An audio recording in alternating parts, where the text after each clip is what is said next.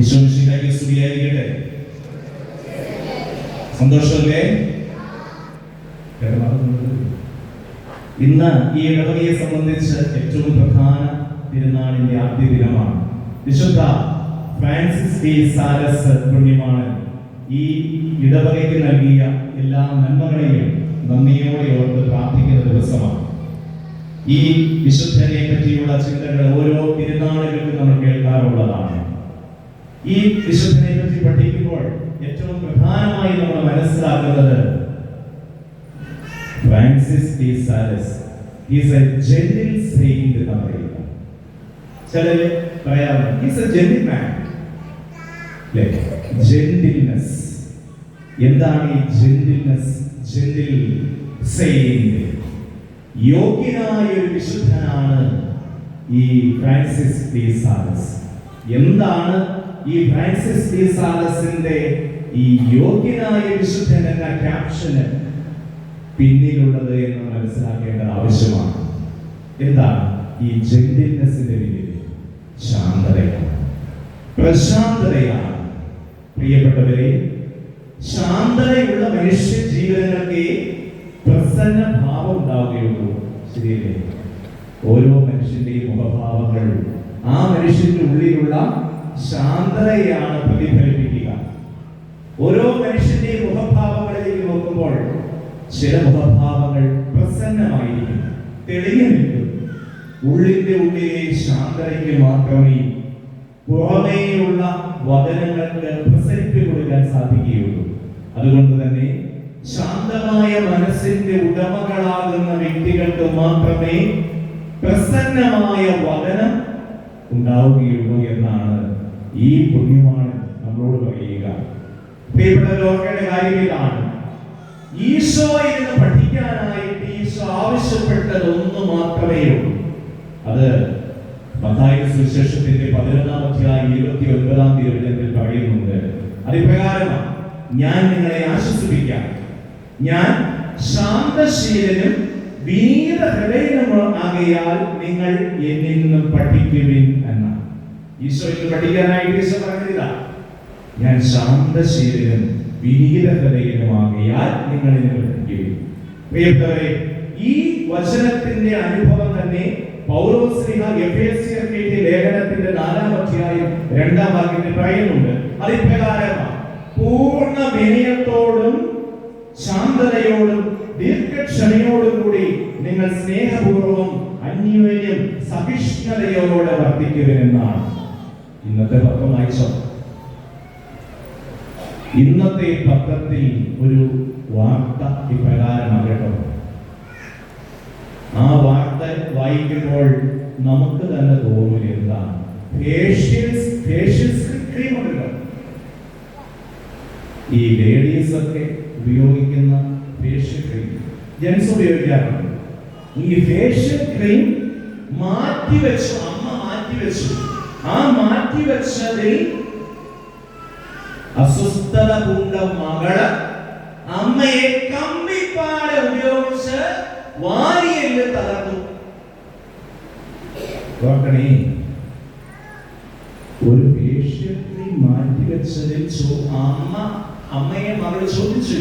അമ്മ പറഞ്ഞു, ഞാൻ മാറ്റിവെച്ചിട്ടൊന്നുമില്ല. ഉടൻ തന്നെ അടുത്ത് കണ്ട കമ്പിപ്പാര എടുത്തിട്ട് അമ്മയുടെ വാരിയിൽ തകർക്കുകയാണ്, അടിച്ചു തകർക്കുകയാണ്.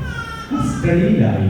പക്ഷെ ഓർത്ത് നോക്കുക, ഈ മകളുടെ സ്ഫോടനാത്മകമായ ഒരു പ്രതികരണം. ഞാൻ ഇപ്പോഴത്തെ ഒരു സംസ്കാരത്തെ വിശേഷിപ്പിക്കുന്നത് ഇൻഫ്ലേമബിൾ കൾച്ചർ എന്നാണ്. ഇൻഫ്ലേമബിൾ കൾച്ചർ ആളിക്കത്തുന്ന ഒരു സംസ്കാരമാണ്. എന്താ ഈ ആളിക്കത്തുന്ന സംസ്കാരം? ഇവിടെ ഇരിക്കുന്ന കൊച്ചുമക്കള് ശ്രദ്ധിക്കേണ്ട മക്കളെ, ഒരു കാര്യം അപ്പനും അമ്മയും നിഷേധിച്ചാൽ അങ്ങനെയാണ്, ഞാൻ പഠിച്ചുതരാം അല്ലെ? ചിലർ പറയും, ഞാൻ ചാവൂട്ടാ. പെട്ടെന്ന് തന്നെ പ്രതികരിക്കുന്ന ഒരു തലമുറയുടെ മുൻപിലാണ് ഞാൻ നിൽക്കുന്നത്. ഓർക്കണേ, ഒരു കാര്യം സംയമനത്തോടുകൂടി കേൾക്കാനായിട്ട് സാധിക്കുന്നില്ല എന്നുള്ളതാണ്. സഹിഷ്ണുത എന്നുള്ള പുണ്യത്തെ ഇന്ന് എത്രയോ നിസ്സാരമായിട്ട് എടുക്കുന്നത്. അതുകൊണ്ട് തന്നെ പ്രിയപ്പെട്ട അപ്പച്ചന്മാർ അംശന്മാർ ഓർക്കണം, എന്താണ് ഇതിന്റെ പിന്നിലുള്ള വശം എന്നുള്ളത്. മക്കള് വീഡിയോ ഗെയിം കളിക്കാറുണ്ട് അല്ലേ? ഈ വീഡിയോ ഗെയിമില് കളിക്കുന്ന പിള്ളേര് ഫ്രീ ഫയർ കളിക്കുന്നുണ്ട്. ഈ ഫ്രീ ഫയർ എന്താണ്? വെടിവെച്ച് ഇടുക മുമ്പിൽ. എന്നിട്ട് ഏതാണ് ലക്ഷ്യം? മുൻപിൽ വരുന്നത് ആരായാലും വേണ്ടില്ല, അവരെയൊക്കെ വെടിവെച്ചിടുന്നതാണ്. ഒരു ഫിലോസഫി ഉണ്ട്, കാൾ മാർക്സ് പുറപ്പെടുത്തിയ ഫിലോസഫിയാണ്. എൻഡ് ജസ്റ്റിഫൈസ് മീൻസ്, ലക്ഷ്യം മാർഗത്തെ സാധൂകരിക്കുമെന്ന അർത്ഥം. ലക്ഷ്യം നേടാൻ വേണ്ടി ഏത് മാർഗം ഉപയോഗിക്കും തെറ്റാണ്. ആ ഫിലോസഫിയുടെ പിന്നിലുള്ള ചേതോ വികാരമായത്. എന്റെ മുമ്പിൽ ലക്ഷ്യമാണ്. ആ ലക്ഷ്യം ഏതാ? Patience free. ഈ പെണ്ണിന്റെ ലക്ഷ്യം ഇത് കിട്ടിയില്ല എന്ന് ഞാൻ കിട്ടാൻ അതാരാ അതിന്റെ കാരണക്കാർ മാറ്റിവെച്ചത്? തകർത്തുകളി. അപ്പനാണെങ്കിലും അമ്മയാണെങ്കിലും ഇന്ന് സംഭവിച്ചുകൊണ്ടിരിക്കുന്നതല്ലേ?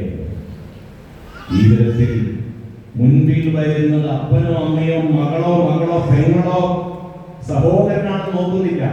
എല്ലാത്തിനെയും ഇല്ലാതാക്കി ഞാൻ എന്റെ ലക്ഷ്യം പൂർത്തീകരിക്കുന്ന ചിന്തയും. പ്രിയപ്പെട്ടവർ, ഇവിടെയാണ് ഫ്രാൻസിസ് സാലസ് നമുക്ക് തരുന്ന സന്ദേശം. ശാന്തതയോടെ പ്രസന്നതയോടെ ജീവിക്കുക എന്നുള്ളതാണ്. ഈ ഒരു സംസ്കാരത്തിലായിരിക്കുമ്പോൾ ഈ വീഡിയോ ഗെയിമിന്റെ കാര്യം ഞാൻ പറഞ്ഞില്ല.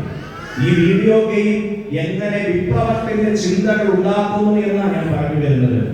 ഒരു വീട് വിസിറ്റ് പോവുകയാണ് ഒരു ദിവസം വൈകുന്നേരം. അന്നേരം ഒരു വീടിന്റെ മുറ്റത്തേക്ക് കയറിയപ്പോഴേക്കും വീടിന്റെ ഉള്ളിൽ നിന്നും ഒരു നിലവിളി, എന്നെ ഇപ്പൊ കൊല്ലുകയെന്ന് പറഞ്ഞു. ഞാൻ പെട്ടെന്ന് തന്നെ ഉള്ളിൽ നോക്കിയപ്പോഴേ സഹോദരനും സഹോദരിയും ഹൈസ്കൂളിൽ പഠിക്കുന്ന സഹോദരൻ സഹോദരിയെ അടിച്ചിടുക. എന്താണ് പ്രശ്നം? റെസ്ലിംഗ് കോമ്പറ്റീഷൻ ആണ് വീഡിയോ ഗെയിം. പെങ്ങളും ആങ്ങളെയും റെസ്ലിംഗ് കോമ്പറ്റീഷന്റെ ആളുകളെ സെലക്ട് ചെയ്തു. അതിനുശേഷം വീഡിയോ ഗെയിമിൽ അങ്ങനത്തെ സാധനങ്ങളൊക്കെ ഉണ്ട് കേട്ടോ. ഈ സ്പൈഡർമാൻമാർ റെസ്ലിംഗ് കോമ്പറ്റീഷൻ പരസ്പരം അങ്ങോട്ടും ഇങ്ങോട്ടും എന്നിട്ട് മത്സരിച്ചപ്പോൾ പെങ്ങളുടെ ഫൈഡർമാന്മാരെ ആങ്ങളയുടെ റെസ്ലിംഗ് ആളെ അടിച്ച് ഇരുത്തി. ആങ്ങളയ്ക്ക് ഇഷ്ടപ്പെട്ടില്ല. ആങ്ങളെ പെങ്ങളെ എടുത്തിട്ട് ചാമ്പി. ഇതാണ് സംഭവിച്ചത്. ഇനി ഞാൻ പറഞ്ഞു വന്നത്, ചെറുപ്രായം മുതൽ തന്നെ കാരണവന്മാരെ നിങ്ങൾ ഓർക്കണം, മക്കൾക്ക് കൊടുക്കുന്ന ചിന്ത എന്താണ്? അവര് വീഡിയോ ഗെയിം കളിച്ചുകൊണ്ടിരിക്കുമ്പോൾ എന്താണ് കളിക്കുന്നത്, എന്താണ് കാണുന്നത് നിങ്ങൾ കാണണം. അതല്ലെങ്കിലോ ഇളം മനസ്സിൽ തന്നെ വിപ്ലവത്തിന്റെ ചിന്തകൾ തീർക്കാനുള്ള ശ്രമമാണ്. അതുകൊണ്ട് തന്നെ ഇന്നത്തെ കാലഘട്ടത്തിൽ ഈ കൊലപാതകം എല്ലാ ദിവസവും കേൾക്കുന്ന ഒരു വേദനിക്കുന്ന ഒരു അനുഭവമാണ്. ഈ കഴിഞ്ഞ ദിവസം കണ്ടില്ലേ, സ്കൂളുകളിൽ പഠിക്കുന്ന കുട്ടികൾ അങ്ങോട്ടും ഇങ്ങോട്ടും തല്ലുതരംഗം. തല്ലി തീർക്കാവുന്ന ഇതിന്റെ ചിന്ത. ചിലര് പറയാറുണ്ട് മൂക്കത്ത് ദേഷ്യം അല്ലേ, മൂക്കത്ത് അരിശം, മുൻകോപം. പ്രിയപ്പെട്ടവരെ, ഇവിടെയൊക്കെയാണ് ഈ ഇടവകയുടെ മധ്യസ്ഥനായ വിശുദ്ധ ഫ്രാൻസിസ് സാലസ് നമുക്ക് തരുന്ന സന്ദേശം. ഒരു കുപ്പി ചുവക്ക കൊണ്ടെന്നതിനേക്കാൾ ഒരു തുള്ളി തേൻ കൊണ്ട് ഈച്ചയെ പിടിക്കാമെന്ന് ഓർക്കണേ. ഒരു കുപ്പി ചുവക്ക കൊണ്ടെന്നതിനേക്കാൾ ഒരു തുള്ളി തേൻ കൊണ്ട് ഈച്ചയെ പിടിക്കാമെന്ന്. പ്രിയപ്പെട്ടവരെ, നമ്മൾ ഓർക്കുക, ഒരു ശാന്തമായ ബുദ്ധി എത്രയോ പ്രശ്നങ്ങളെയാണ് അതിജീവിക്കുക. അല്പം ആത്മസംയമനം പാലിക്കുന്ന അനുഭവങ്ങളിൽ നമ്മുടെ ജീവിതത്തിനോടല്ലേ വേണ്ടത്. അതിനാൽ പ്രിയപ്പെട്ടവരെ, നമ്മൾ ചിന്തിക്കണം, ഈ കാലഘട്ടങ്ങളിൽ ഇന്നത്തെ ഈ വിശുദ്ധ ഫ്രാൻസിസ് സാലസ് തരുന്ന സന്ദേശമല്ല, ഓരോ സാഹചര്യങ്ങളെയും പ്രശാന്തതയോടെ മുന്നോട്ട് നീങ്ങുക.